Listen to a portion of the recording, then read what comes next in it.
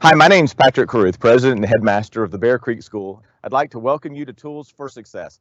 Tools for Success is a partnership between the school and our parents to help you in raising your students. We do a lot in the building with education, and you do a lot at home with education and raising your children. So we want to partner with you in that. So thanks for joining us at Tools for Success. I hope the content that we provide you is useful for you as you raise up children in the way that they should go. I'd also like to encourage you to be on the lookout throughout the year for other events like Tools for Success put on by the Bear Creek School to partner with you to help your student become the individual God intends.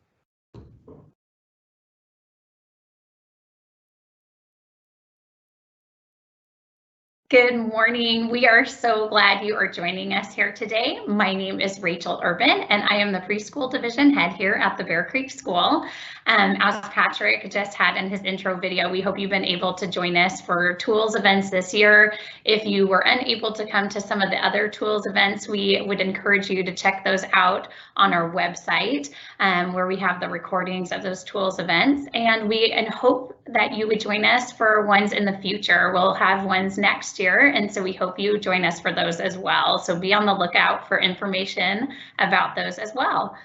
This morning, if you have any questions throughout the event, we just encourage you to put those in to our chat, and you can ask those in the chat. Kristen Gephart, our presenter today, won't be directly answering all those, but we'll be answering those behind the scenes. So definitely feel free to put those in there because we'd love to be able to help in that space as well. Before we get started, I just want to open us up in prayer. If you'll join me, we'll pray for this event. Jesus, thank you so much for this time. We thank you that we get a chance to grow in our parenting today. And I just pray a blessing over this event, Lord, that it would just bring you honor and glory. Just be in all of our details of this event today. In your name we pray. Amen. Before we get started, I just want to introduce our speaker to you today. Kristen is just a wonderful person. She is our lower school division head at our school, and she was my kids' lower school division head when they were in lower school. And so I love that she is going to get to present to you today on this topic. For those of you who are not familiar with Love and Logic, it is just a wonderful program, both for just younger kids, but also as your kids grow. Kristen is just a delightful person. She's always one of those people that you walk away with going, wow, that was such a good truth. Can you say that again? And you want to write it down because she has so many words of wisdom. And so I know that today you're going to be blessed by the information she shares. I know that it's going to impact you and help you view things with your children on how to change some behaviors even too. So hopefully you have a pen and paper ready to take down notes. And with that, I just want to introduce again to you Kristen Gephart and pass it off to her. Welcome, Kristen. We're so glad you're here with us this morning presenting. Thanks for taking the time. Absolutely. Well, welcome. Good morning. It is great to be with you today, and I'm so excited to just be able to join with you on your parenting journey. So I want to say, first of all, you are heroes. You're here as parents. It is one of the most humbling jobs. It's very rewarding. We love it, but at the same time, it's super challenging. I would say that in my parenting life, as an educator beforehand, I knew a lot about kids and child development, and I was so excited. And then my kids came, and I was like, how do I do this? This is so hard. And so I just want to say congratulations. You are here. You are the ones that are trying to do a great job, and God will honor that. So well done. I wanted to share with you a little bit about my family. And so I've been married to my husband, Jeff, for 28 years in June. And then we have Alex, who is 22 years old, and we have TJ, who is 19. They're both graduates of the Bear Creek School. So a couple pictures I threw up there to show their growing up years. That last one with the four of us is just this last June, where TJ graduated. So it has been a huge journey. And like I said, when the kids came, there were evenings where there would be, I learned from books. That's a huge way that I learn. And there would be books spread out all over the table, especially those infant years. I don't know if you remember those, but kind of that fog. But there is that sense of trying to figure out what are we supposed to do, because there's no expert on how to parent your child. It's you and God working together to parent this child. And then if you have multiple children, you know, they require each something different. So Love and Logic was a tool that I used that was just really helpful as a framework for thinking through how to deal with some of the challenges of each, working with both Alex and TJ. And I've talked with them and they know that I use stories about them. And I've got a few other stories for you too. So grab a piece of paper, and what I'd like you to do, or you can jot it down in your phone, is just really quickly, what are 2 to 3 bullet points? What do you want for your children? What is it that is really of value to you in the grand scheme of things? What would you like? I'll give you just a moment.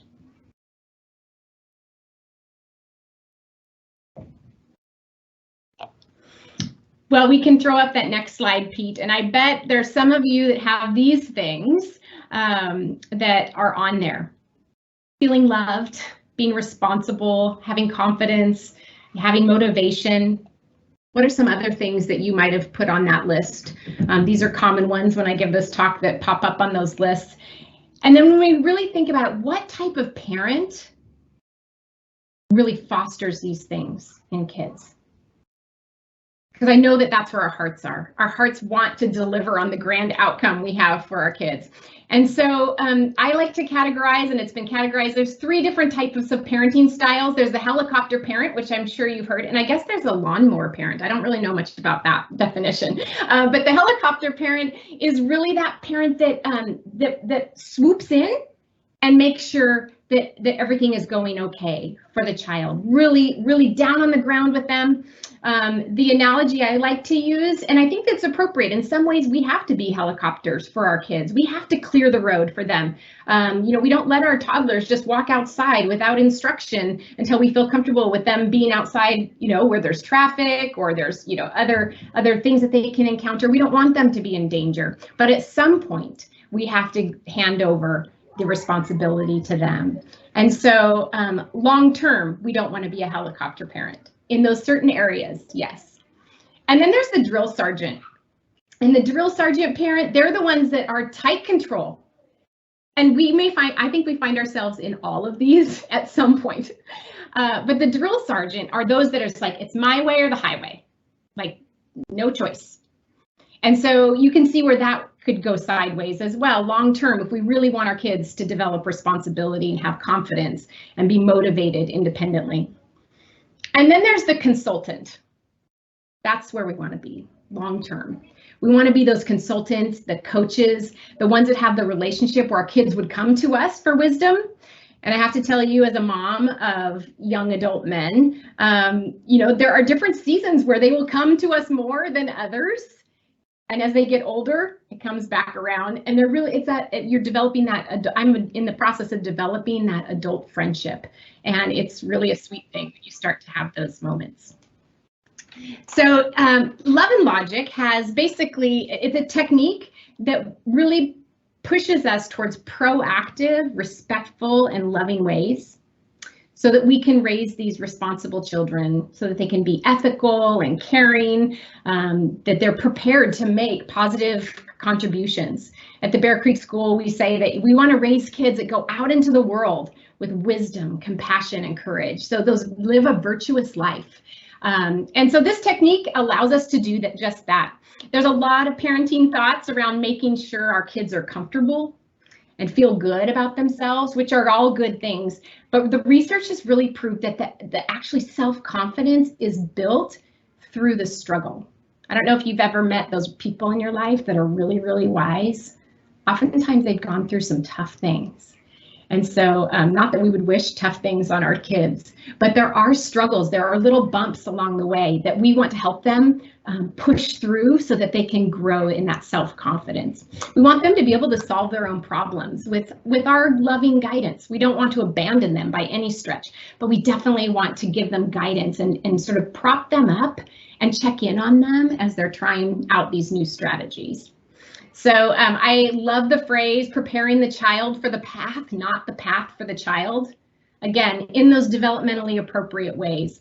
we really want to seek that long-term benefit. And this is where it gets hard. And I have to say, for myself as a parent, the moment feels so big. So sometimes I would parent for the moment, and then I would be preparing the path for my kiddo versus helping them prepare for what is ahead.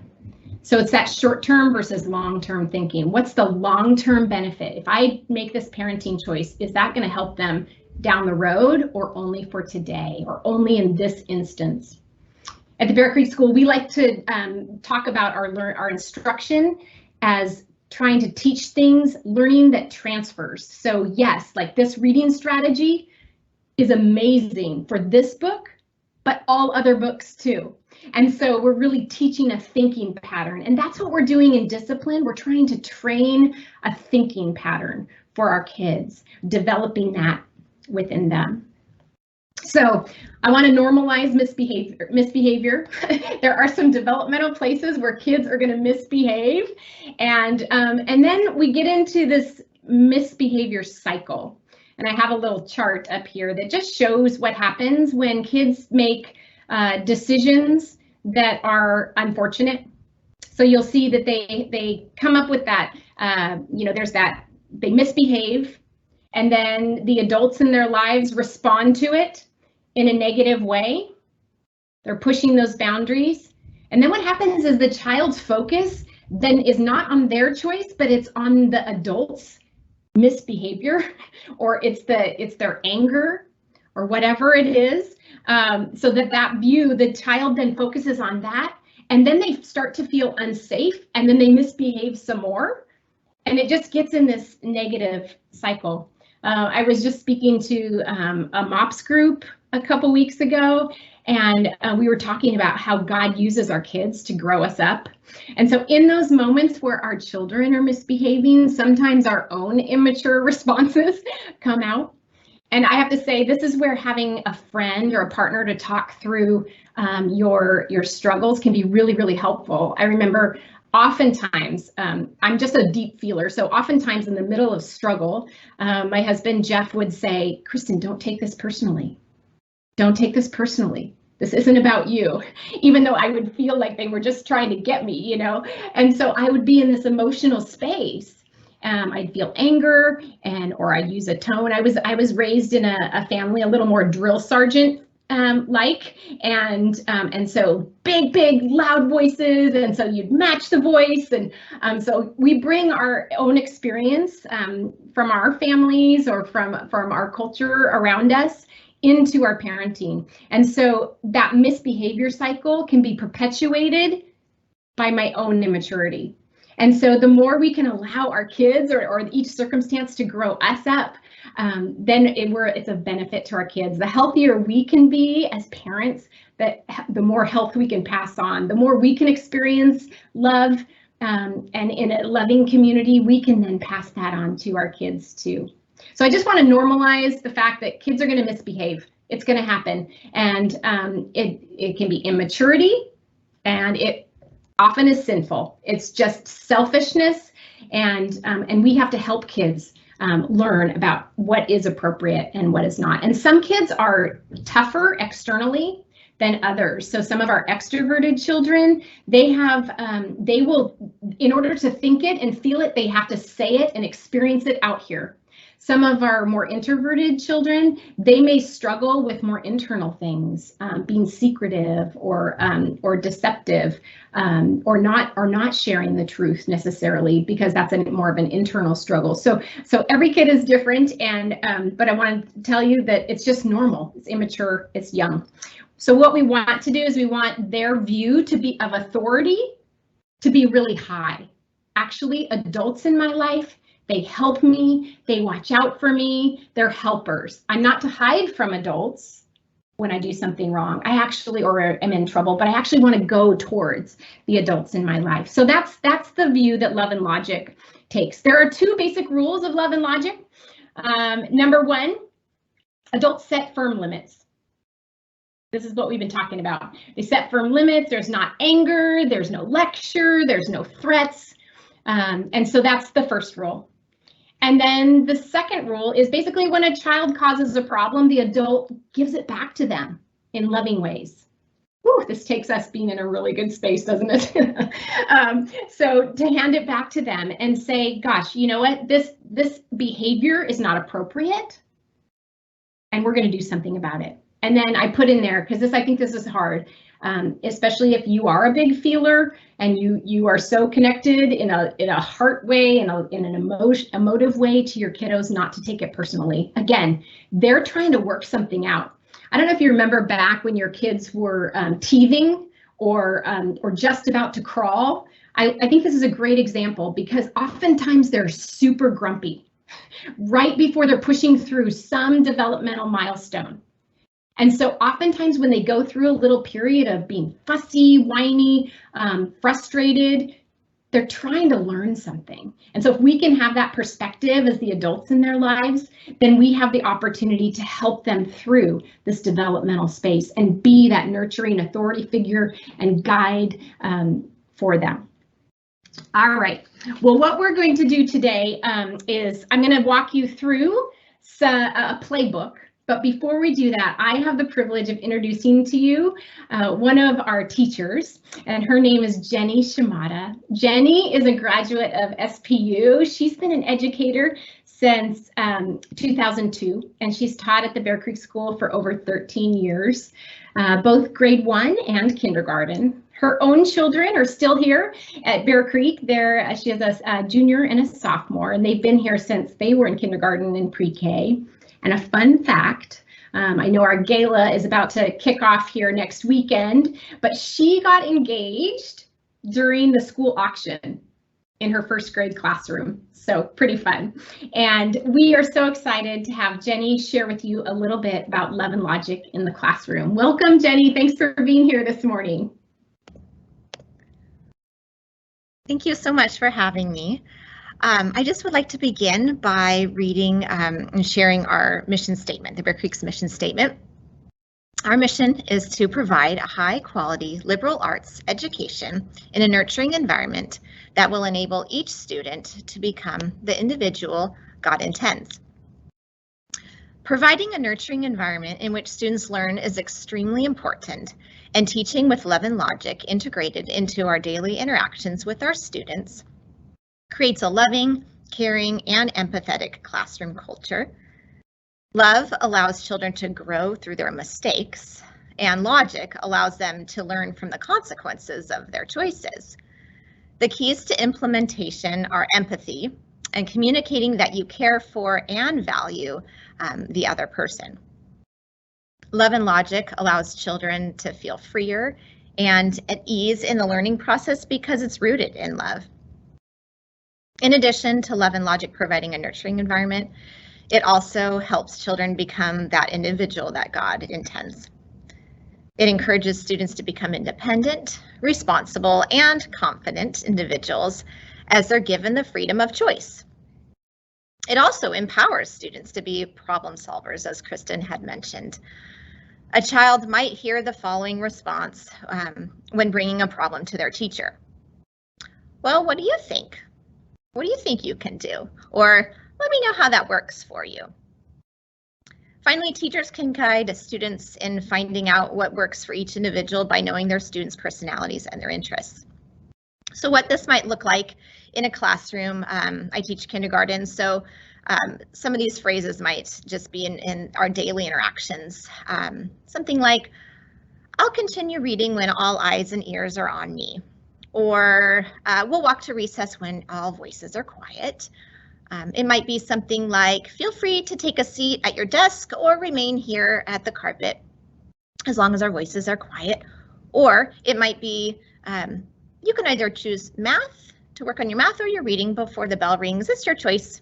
You decide. A couple others might be something like, you may join us at story time when you have finished your work. Or this often happens when a student will come up and this is at the beginning of the year when they haven't learned a little bit more of how the classroom runs. They might come up to me and say, my shoe isn't tied, or my jacket is, I need my jacket zipped up. And so often a response might be, I see that. Well, what are you going to do about that? And instead of me just going and doing it, I might ask for them or wait for them to ask me, may you please tie my shoe, or maybe suggest, I wonder who might be able to help you with that. So it gives them the opportunity to choose what are they going to do about that problem versus me just sweeping in and solving it right away. So just a few little things that you might see in kindergarten where love and logic plays into our daily routines.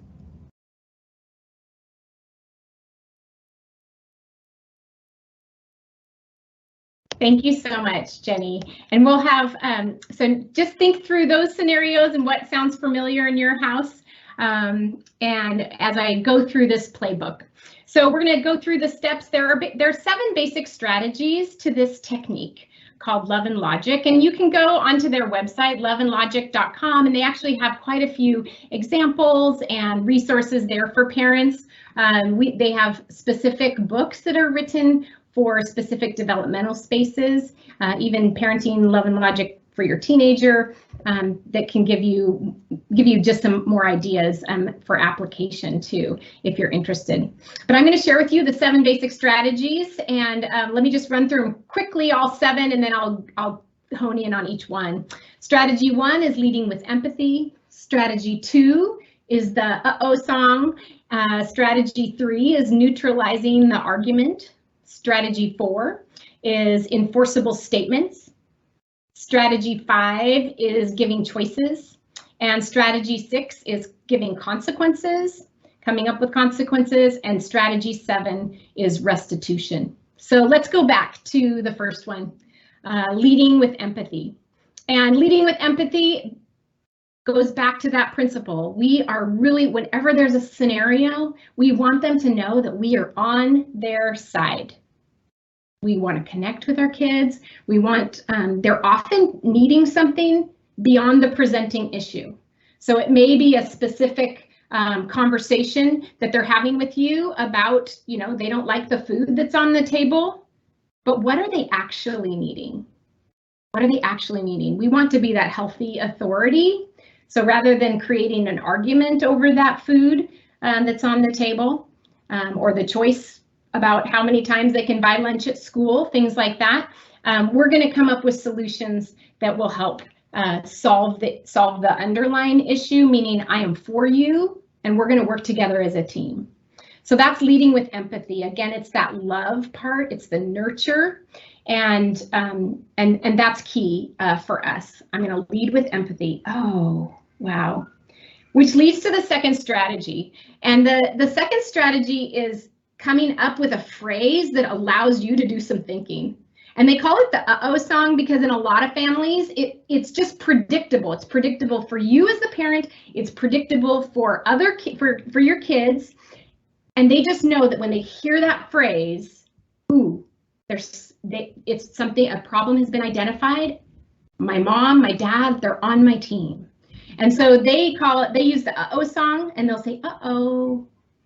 And it just gives a chance to breathe. In our house, we said, oh, bummer. Yeah, so you can come up with any type of phrase that works in your family. And it really is just to say, oh, wow, huh, okay, we've got some work to do together. And so it just gives a moment of pause. And if you can keep it the same one all the time, it really is helpful. Again, it's that predictability. I mean, my kids were still, 18, and I was going, oh, bummer. In fact, the other day I was texting with my son Alex, and I think he just chipped a tooth, and I was like, oh, bummer. So it sticks with you. But the uh-oh song allows us to lock in that empathy. And then the third strategy is neutralizing the arguing. And so what's happening oftentimes is that kids are trying to hook you into making it be about you or making it be about their emotion. And again, that's where we can move into the misbehavior cycle.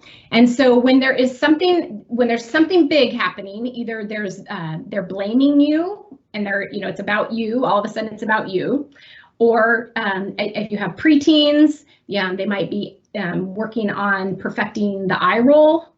They're just trying to trigger because what they're needing is connection, but sometimes they want to push away in that, or there might be really, really big emotion going on. So when my son TJ was in 3rd grade, I coached his soccer team, and we're a big soccer loving family, and we have an example in our house. So so this little guy, we'll call him Robbie, he was just having a fit because we were doing drills and he did not want to do drills, and so he was screaming, "I am not going to do drills. I only want to play. I only want to play." And then we got to it was a really hard practice. So sweet little guy, he was just trying to hook me. And so I just said, "Oh, Robbie, I just need you to sit right here, and then we're going to work this out." So we sat right there on the side of the field. And, you know, so I was a teacher at the time. I had my own kids, but I am pulling out all the stops because this is big, it's public, and he is screaming. And so I was like, "Okay, so we are going to have this conversation when you're talking just like me." And then he just kept coming at me and coming up, and I just walked away. And I would just go back to him and I'd say, "Oh, Robbie, we are going to have this conversation, and I want to help you when your voice is just like mine." And you just kind of become brain dead in that. They call it going brain dead. You just come up with your one-liner that talks about what you're going to do and how we're going to do it and when you're going to do it. And then that's it. And you don't engage in anything. So it's just like, "Oh, I just hear that you're not talking like me. I'm just going to remind you, we're going to have this conversation when you're using your voice just like mine." And so I would just give him a thumbs up, like, "Are you ready over there?" And I'd walk back over, he'd give me the thumbs up. I said, "Okay, we're going to go." And it just, I mean, honestly took like 20, 30 minutes. Finally, we were scrimmaging, and I said, "We are going to scrimmage. Are you ready to have this conversation?" And just big emotion again. And so I just walked away. So here we are. It is like 25 minutes into practice. We're doing the very thing he wanted to do, and he's sitting on the sideline because he wants to win this battle. And so the whole practice, I just was like, "Whenever you're ready to talk in a voice like mine, we'll have this conversation." So the same thing over and over and over again. So it was that accusing tone. So sometimes your kids, you know, another one-liner that works really well, especially when there's big emotion or they're blaming you, is just like, "Gosh, I bet it feels that way. Oh, I bet it feels that way." Until they can calm down. And so they can actually connect in conversation. When our brains are fired up and in that emotional space, again, we don't do our best problem solving. So we want our kids to be with their, you know, in a space where their brains can actually do some good thinking. And when they're emotional, they just can't. So it's not a great time to try and problem solve or reason with. They're just trying to get you into that emotional space with them. So, you know, I think if they're, so like, for example, the pattern of maybe talking, being frustrated about what's being served for dinner, or how many, you know, how many times they can purchase lunch at school, you know, phrases like, "Gosh, maybe you'll like what we have for the next meal better." Oh, you know, maybe at some point we can come up with a different plan for buying lunch at school, but just not engaging when it's in that arguing tone. And I think being really consistent, the more consistent we can be on these practices, the more helpful it is for them, because they know that we're going to follow through. And so, so like the Robbie example, that has been used in my own family, because they'll be like, "Oh yeah, remember Robbie? She does not give up." Remember Robbie? She does not give up. And so just that plain brain dead, and that can be frustrating for them, especially at first if these are newer techniques to them. But after a while, they actually are just like, oh, they'll come around. They're like, "Okay, yep, I better just talk in a calm voice." So that's that neutralizing the argument and the arguing. So strategy 4. Strategy 4 is using enforceable statements. So this is where we tell children what we will do, or what we'll allow, rather than telling them what to do. Have you ever gotten yourself stuck where it's like, "You will," and then they don't do it? That's really tough, because ultimately we don't have control oftentimes of what they can do, because they're getting big. When they were babies, it worked. When they were toddlers, it worked a little bit more. And what ends up happening when we tell kids what to do, is that we're saying I'm bigger than you, I'm stronger than you, my voice is louder than you. Basically, we have to be bigger in order for them to have to follow through. Otherwise, they just don't do it. I do remember, I think it was a car seat issue with a toddler. Toddler examples are really helpful, but TJ was like arching his back and like just would not go. And I sat in the car for a long time. And finally we were just like, nope. And I pushed his hips, boom, click. And so it was I'm bigger than you and stronger than you. Well, that doesn't work when they get older. And so really trying to use enforceable statements, we tell them what we will do and what we can control. Basically, hey, I take kids to practice who've picked up their stuff from the entryway.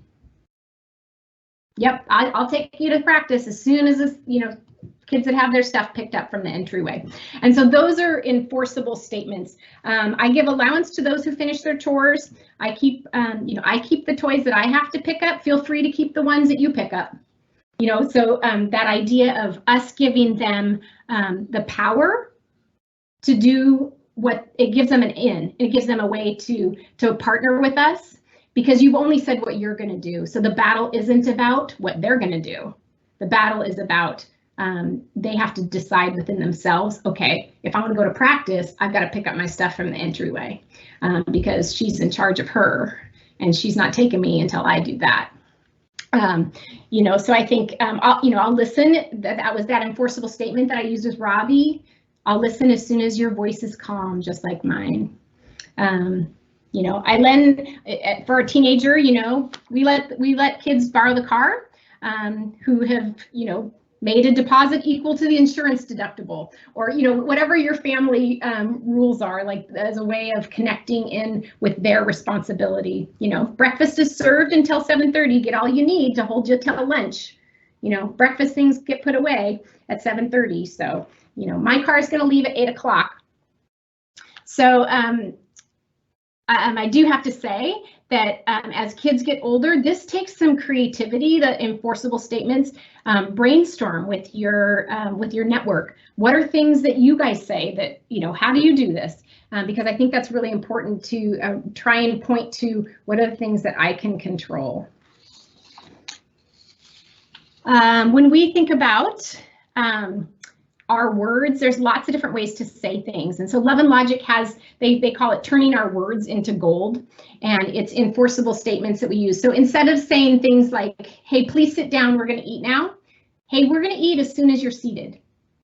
So it's really focused on, we're going to eat as soon as you're seated, what we can do. Instead of saying, please be quiet, I can't listen to your brother when you're both talking to me at the same time. You can just say, hey, I'll be glad to listen to you as soon as your brother has finished talking to me. Or if you say, don't talk while I'm reading to you. You can say, oh, gosh, guess what? I'm going to start reading to you again as soon as you finish talking. So again, it's pointing towards what your behaviors are. And then it's actually modeling for them the power that they have in their own life to make choices for themselves. Instead of saying, hey, show me some respect, you can say, hey, I'm going to be glad to discuss this with you when respect is shown. And obviously the examples as kids get older, they change a little bit. But lots of ways that we can use our words really intentionally within the process. So enforceable statements, we tell kids what we will do rather than telling them what to do. And we give them power when we do that. Because we have not said basically it's you versus me. It's like, hey, we're together on this and I'm going to help you out when this has happened. So that can happen there. The strategy number 5 then is choices. I say if you have toddlers, toddlerhood is the best time to just give a gazillion choices. Because developmentally they're at that place where they need to say no. They're trying to determine who they are, and it's just natural for them to say no. So as many choices as you can give them, that's great. Now really, always when we give choices, we want to provide 2 options that we're fine with. Either one that would be really fine with us. Hey, do you want to wear the red one or the blue one? Oh, do you want to wear your coat now or do you want to take it with you? Hey, do you want to finish your game now or do you still need 5 minutes? And so over and over and over again, just load them up with choices. And then there are those times where it's not a choice. So you'll say, oh my goodness, I give you so many choices every day. This is just one where the moms have to choose. This is where moms all over the world have to choose this. Dads all over the world have to choose this for their kids. So I think that idea of letting them feel like they're in charge of a lot can be really helpful. Hey, do you want to put away the spoons in the dishwasher, or do you want to put away the knives? Giving them that sense of self-choice can be really powerful. So when Alex was in elementary school, he really wanted a snake, and I was not super excited about having a snake in the house, a reptile of any sort. So I just gave him some choices. I said, that sounds really fascinating. And he did tons of research. His music teacher had snakes, had a son who had snakes, and so he was so excited about having snakes. And so I just said, okay, the reason that I have a hard time with the snake pet is that the food for the snake are animals, and I don't want those animals in my freezer along with my food. So I decided, I said, okay, you feel free to buy a snake. You just need to also buy the freezer that goes along to feed the snake.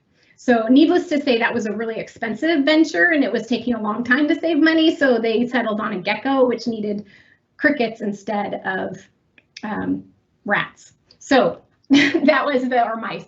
And so that was the idea. I would have been okay with him having a snake as long as I didn't have to store the food in my freezer. And so what are the choices that you can give as your kids grow?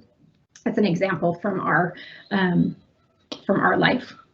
All right, so lots and lots of choices all the time. They get to be in charge of a lot. So again, trying to say, what are you going to do about that? Jenny shared that in her example, like, oh, that sounds like a big problem. What are you going to do about that?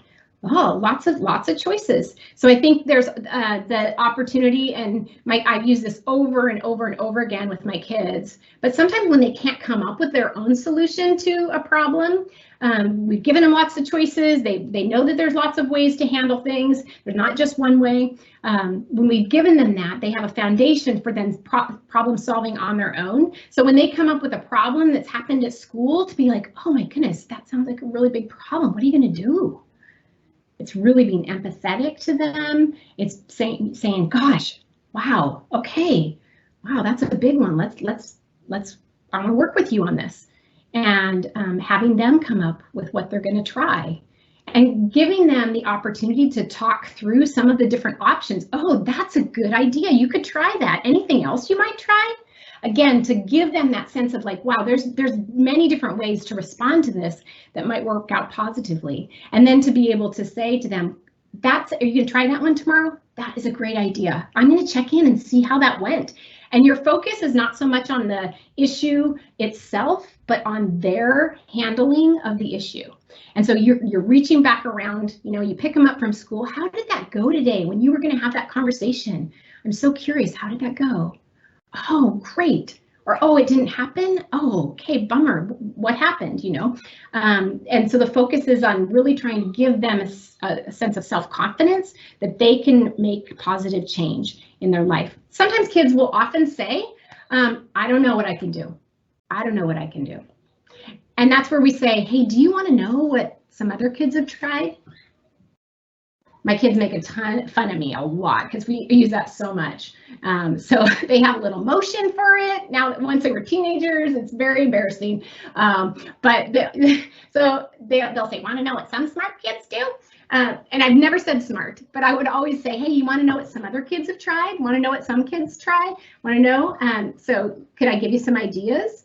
And so presenting them with some options. Oh, which one of those sounds good to you? And so that can be really an effective way of handing it back to them. I'm not just saying, well, you know what you should do. It's just saying, hey, some other kids have tried this. Why don't you choose one of those? Give it a try. I'm curious how that works out for you. Go for it. You can do this. You're on their side. All right, so you're in the middle of conflict still. You've given them some choices. It is not going well. The sixth strategy is consequences. Typically, developing kiddos will learn from consequences, natural consequences. you know, when you are rude at the table, it doesn't work out for you. When you throw a fit about something, it's not an effective strategy. So that's what we're trying to teach, that there are things that have to happen when we've made choices that are inappropriate. So for example, when TJ was in elementary school, we played tennis at the local junior high, and he's a very competitive guy. And so we would play, we're having fun. He does not like to lose. And when he would lose or something wouldn't go his way, or we called a ball out that he thought was in, he would just have a fit and he would get so mad. You know, there were rackets thrown occasionally. So this was a little bit of a buildup, and so we were just like, this is not fun, you know. So we would say, hey, guys who, you know, we play tennis with guys who make it fun. And so we would say, okay, are you ready to make it fun today? Yep, it's going to be fun. It's going to be fun for everybody. This is not Wimbledon. We are going to have a fun time. And so we had to get creative because this was this is a pattern, because he would get so into the game and it was just not fun. So we just said, hey, guys who can play with great sportsmanship and care for their other players, they get to keep playing. And we just said, gosh, when this happened over and over again, we said, this can't happen anymore, and you're going to need to put some energy back into these courts. And there was trash all around the tennis courts, and I had brought a little Safeway bag, and I gave it to TJ, and I said, you can come back when you put energy back into these courts. Just go ahead and fill up this bag with the trash that's around here. And he just looked at me like, what? What is going on? And so when we pull the rug out a little bit and we're creative in the natural consequence, because we were racking our brain with what to do. And so it really came down, rather than just have him not play, he watched us play while he walked around the courts, and he was not happy about it. But I think we said, you can put energy back into these courts in a positive way. You can make this a nicer experience for us and for everyone else who plays here by by filling up that bag. So your choice, as you know, you can feel free to come back when you feel like you can make it fun. And so that strategy did work. So that's a legendary one in our house. We have a friend, he's a professor at Washington State University in human development. We're just dear friends, they're kids similar ages. And for a while, their 3 boys lost the privilege of being in their bedrooms. So they had to play in the hall during the day. So that was legendary in their house. They lost the privilege of being in bedrooms because they couldn't put their things away. So they just had to leave. They just hung out with books in the hallway for a bit. So it's being creative, not in a sassy way, but just in a way that says, hey, we need to be responsible. As my kids got older, one of the things that they struggled with, one of them in particular, was sleeping in.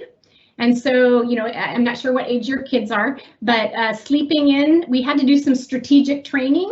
I actually called my mom and called Jeff's dad. They live pretty nearby.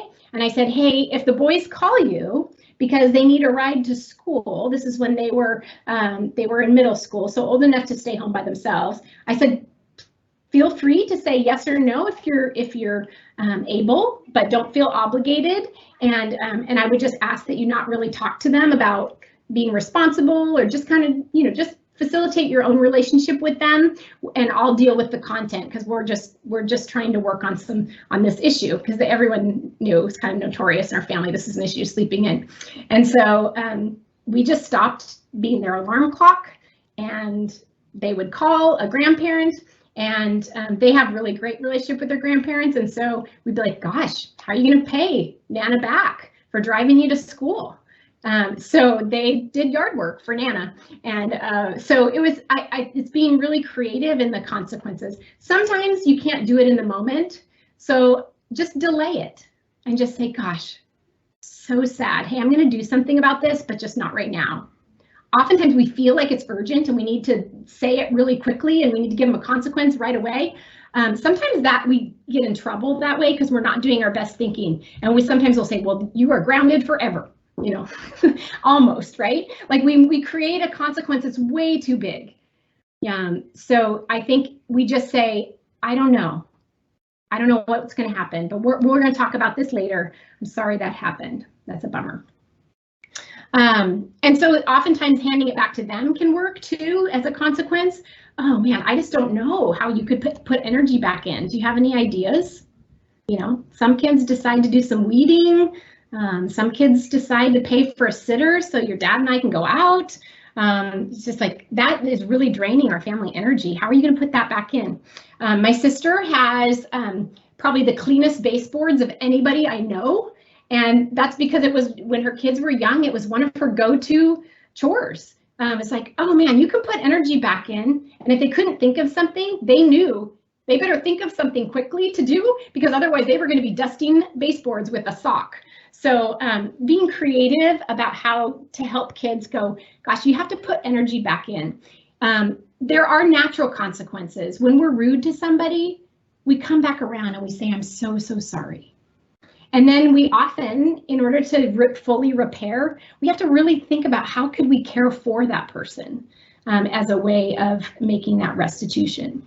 So, so those are natural consequences, and as natural as you can make them, the better. But it takes some creativity. We need community. We need other people that have kids our age to brainstorm some of those ways, like how could we do this that would be really thoughtful. Strategy 7, the last one, is restitution, and that is reconnecting after the consequence. And basically it goes back to that concept that we really want our kids to know we are for them. We come around them and we say, man, thank you so much for finishing that job that you just did around the house. That was really helpful. I feel so much better. Thank you. You know, that was a bummer that choice was made. It doesn't have to be not a lecture, but you're basically saying, hey, we're all right now. Things are okay. So those are the 7 strategies: lead with empathy, the uh-oh song, neutralizing, arguing, enforceable statements, giving them choices, consequences, and then restitution. Those are the basic playbook for love and logic. Well, I have the privilege of introducing Amy Larson. She is one of our teachers here at Bear Creek School as well. She's a native Alaskan, but grew up in Issaquah. She went to the University of Washington and SPU. She's been an educator since 2004 and at Bear Creek for 14 years in 1st grade and in 3rd grade as a teacher. She's passionate about healthy living and hiking. She loves being in the classroom where she nurtures and challenges students, helping them along the path to become the individual that God intends. Thank you so much, Amy Larson, for being with us this morning. She's going to share a bit. Hi there. I'm so glad to be here with you this morning and just to be able to share a handful of ways that I use love and logic in the classroom. I've found that building relationship and using humor and leading with empathy and loving the student towards thoughtful decisions and giving them choices provides what they need to grow and feel successful in the classroom. So here's one way I use love and logic in the classroom. So we have a tight pickup routine at the end of the day, and students need to be ready to leave the classroom as soon as their name is called. And that's in order to keep the line from backing up outside and onto the street. It's a big deal. And I had one student who would not pack up when they were asked, and they would just chat instead and play around and kind of use it as a brain break. So when their name was called during the actual pickup time, it would take a long time for them to leave the classroom. And I was their name was being called over the microphone, and I was like, let's go, we gotta go. And I found like I was getting stressed out. So I was like, oh wait, this is a problem. So I reached out to that student the next day in class privately, and I said, hey, you know, it looks like pickup is becoming a problem when you don't pack up with the rest of the class. So I have a great idea. I said, you're welcome to pack up with the class when we all do, or you can just back it up and pack up during 3rd recess. So it's totally your choice, whatever you want to do. And the child was like, oh, I think I'll pack up during third recess. And I was like, that's such a great idea. So that problem has been solved, which is great for everyone. And then like if we're going to recess, I say, because like sometimes when they come in from recess, they use that as a brain break time and they're chatting. And so a lot of times our lesson doesn't get started right away. And that's a problem for me, getting that curriculum, taught. So I say before recess, I say, hey, feel free to go to recess once your writing binder is on your table and you have the piece you want to work on right when you come in. And so I found that that's reduced our transition time, which is good for everyone. We also, we have rainy day recesses here in Washington State, and we have a big cupboard full of games and toys. And I find that even after one rainy day recess day, the toys and games get put back kind of haphazardly, and it's really hard to find them for the next time.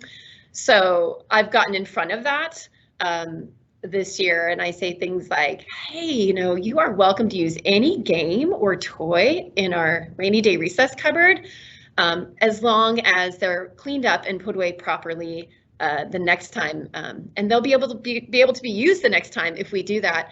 And if for some reason they aren't put away right the next time, I just kind of quietly take those out of the cupboard, and they're like, hey, where's Monopoly? And I'm like, oh, it wasn't cleaned up well last time. Maybe we can try again today to see if we can earn that back. And then if we're working in cooperative groups, which third graders love to do, they love to work in pairs, I often let them choose their own partners, which is a risk sometimes because they want to just pick their friends so that they can chat. And so I say, you are welcome to work with anyone you like as long as you are productive. So I'm kind of putting the onus on them to think about who they're going to choose. And I've found that we have some pretty productive cooperative groups in third grade now. And then if a student comes in from recess and maybe something's happened, maybe they're sad, maybe something sad's happened at recess, and they're working through it, they'll come to me and they'll talk to me about it, and I'll listen and acknowledge how hard that is and how frustrating that must have been. And then I will say, what do you think you could do about this? Or what do you think you could do next? And they'll either work through it at that point, figuring out what to do, bouncing ideas off of me. But if they're not sure, I'll offer, well, some third graders have tried this. And then we'll kind of brainstorm ways together on how to solve that problem out at recess. So I want to encourage them to make their own wise choices and helping them grow in independence and confidence. But they also know that they're not alone. I mean, they're still children, so we're still guiding them here and not leaving them off to do this all on their own. So that's what I had to share with you today.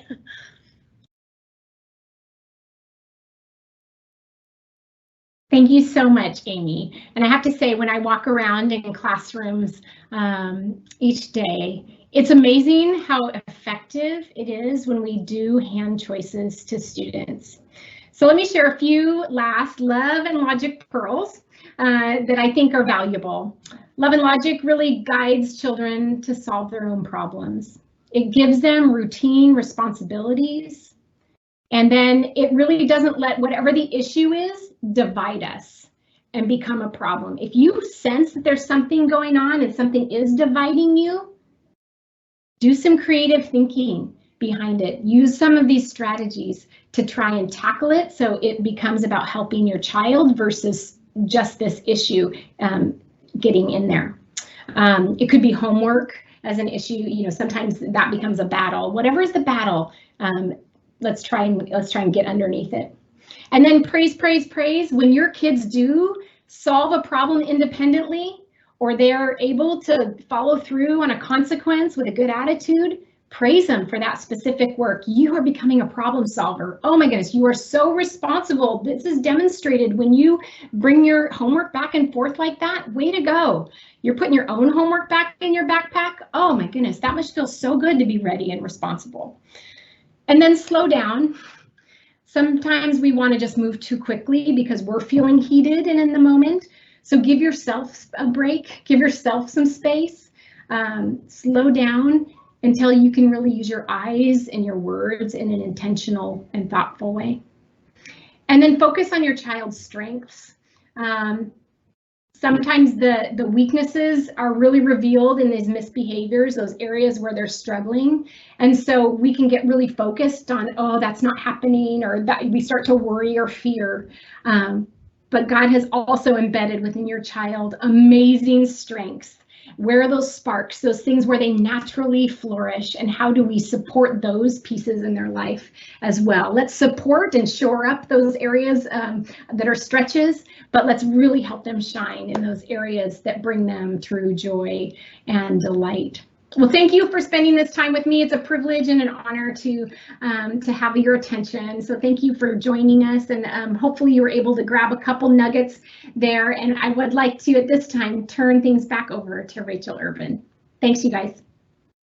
Thank you so much, Kristen, and thank you guys all for just the rich content. We just really want to thank Kristen and Jenny Shimada and Amy Larson for taking time to speak with everybody today. We also want to just thank Pete McDonough for all of his amazing behind-the-scenes work with tech support, and Karen Furminger and Cindy Fernandez for all of their other work with Marcom and setting this event up. So thank you guys so much. If you guys want to know more about the school, if you're new to Bear Creek and you're trying to check out information about the school, there's lots of ways to find out great information. We have a podcast that some families are starting to listen to. It was just launched this year that's focused on our early middle school, and upper school that has some just really great episodes in it. So you may want to check that out, and you can see the information listed above right now that's on our screen. If you also want more just specific information about admissions, feel free to go to our admissions page on our website, where you can find out even more specific information for each division. And there are certain people that can help you in those areas. So definitely feel free to check out that as well. All of this information is being recorded today, and so you can listen to this later on. If you RSVP'd for this, you will get this information after a recording after, as well as the survey that we mentioned at the beginning. So we really encourage you to fill out the survey. It helps us to put on these events and know what is helpful information for you to receive. So let us know if we can help you in any way. We're really glad you joined us again. Thank you so much, Kristen. We appreciate all of your rich content. Have a wonderful day.